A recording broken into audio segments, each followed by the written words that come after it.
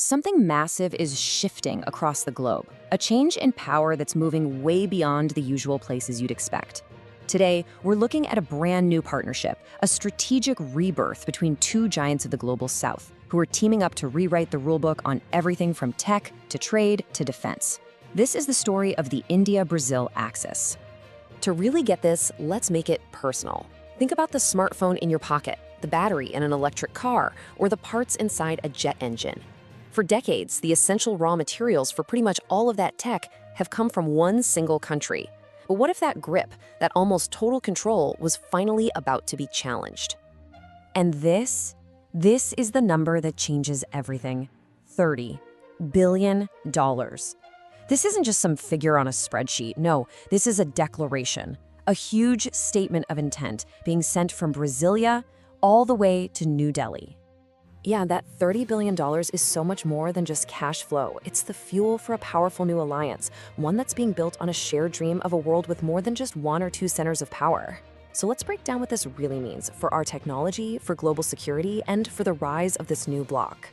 You'll want to stay with us, because when you start connecting the dots on this, from mineral rights deep in the Amazon to submarine deals in the Atlantic, the full scale of this alliance is truly shocking. So let's get back to the explainer and figure out where this whole story really begins.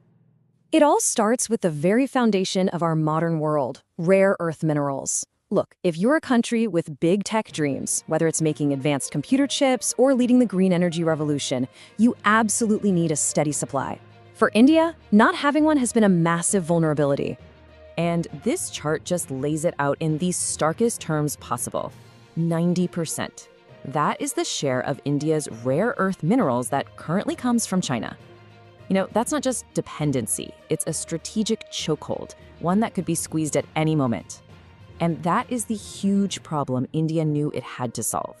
So here's the pivot. On one side, you have the current reality, a supply chain that's known, controlled, and, let's be honest, has been used as a geopolitical weapon before. But on the other side, you have Brazil. And the opportunity here isn't just about getting minerals from someone else. It's about building a totally different kind of relationship, a real collaborative partnership. And that's because Brazil's potential is just immense, almost hard to believe, really. It has the world's second largest reserves of these critical minerals. But here's the craziest part, which President Lula himself pointed out. A staggering 70% of Brazil's mineral wealth hasn't even been properly explored yet. So this new Rare Earths Pact they've signed, it's not just a deal to buy stuff. It's a deep partnership to explore, process, and refine these resources together. For India's high-tech future, this is the game changer. Okay, now let's talk about the second pillar of this alliance, because this is where things get very real, very fast.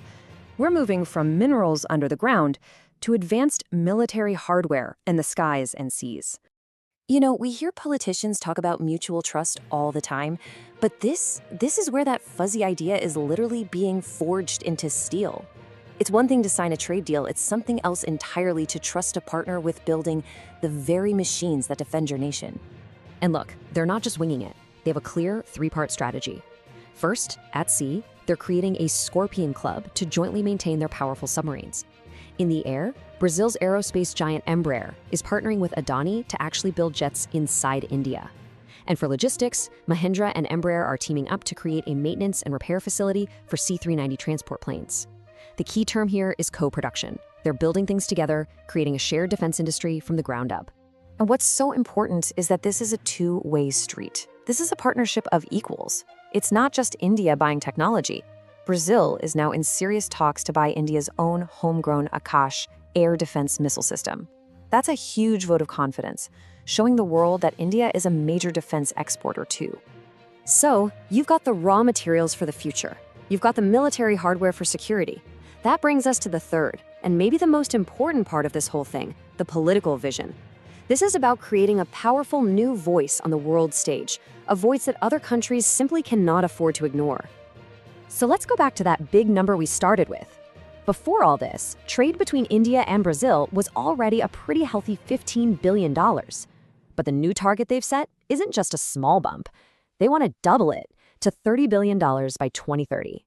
That is a massive economic statement. And why are they doing this? Well, the why is critical. In a world where you've got rising protectionism and you never know what's going to happen with things like US tariffs, these two nations are basically building an economic fortress. By boosting their own trade, they become less reliant on the West and can better protect their economies from political games played elsewhere. You'll hear this term, the Global South, come up a lot. And really, it's just a way to describe this growing group of nations, countries that are deciding to work with each other to make their voices louder and to carve out their own paths, independent of the old power structures in North America and Europe. And what a powerful combination these two are. President Lula put it perfectly. He called it a meeting of India, the digital superpower, with Brazil, the renewable energy superpower. Both are part of the G4 pushing for permanent seats on the UN Security Council. They are lining up their different but complementary strengths to lead the world on everything from the ethics of AI to new alliances for biofuels. And I think this quote from Prime Minister Modi really just says it all. This whole partnership, it's not just about money or military contracts. It's about confidence. It's about two rising world powers realizing that when they stand together, their voice isn't just louder, it's stronger, more self-assured, and more capable of shaping this century. So after looking at all of this, the minerals, the military, the money, it all leads to the one big question that's hanging over this entire story. Does this new axis mean the beginning of the end for China's dominance, at least in this part of the world? Well, let's be realistic. It won't happen overnight. Global supply chains are like giant container ships. You can't just turn them on a dime. But here's what's fundamentally new. For the very first time, a real, fully funded, and deeply strategic alternative actually exists. A new path has been drawn on the map, and it's being paved with $30 billion. This is way more than just another trade agreement. This could be the start of a massive realignment for the entire Global South. So I'll leave you with this to think about. With so much untapped potential and a clear political drive, can Brazil really become the new indispensable partner for India's high-tech future? What do you think? Let us know down in the comments. And if you want more deep dives into how our world is changing, make sure you subscribe for all our latest updates. And go ahead and click to watch the explainer that's popping up on your screen right now. Thanks for watching.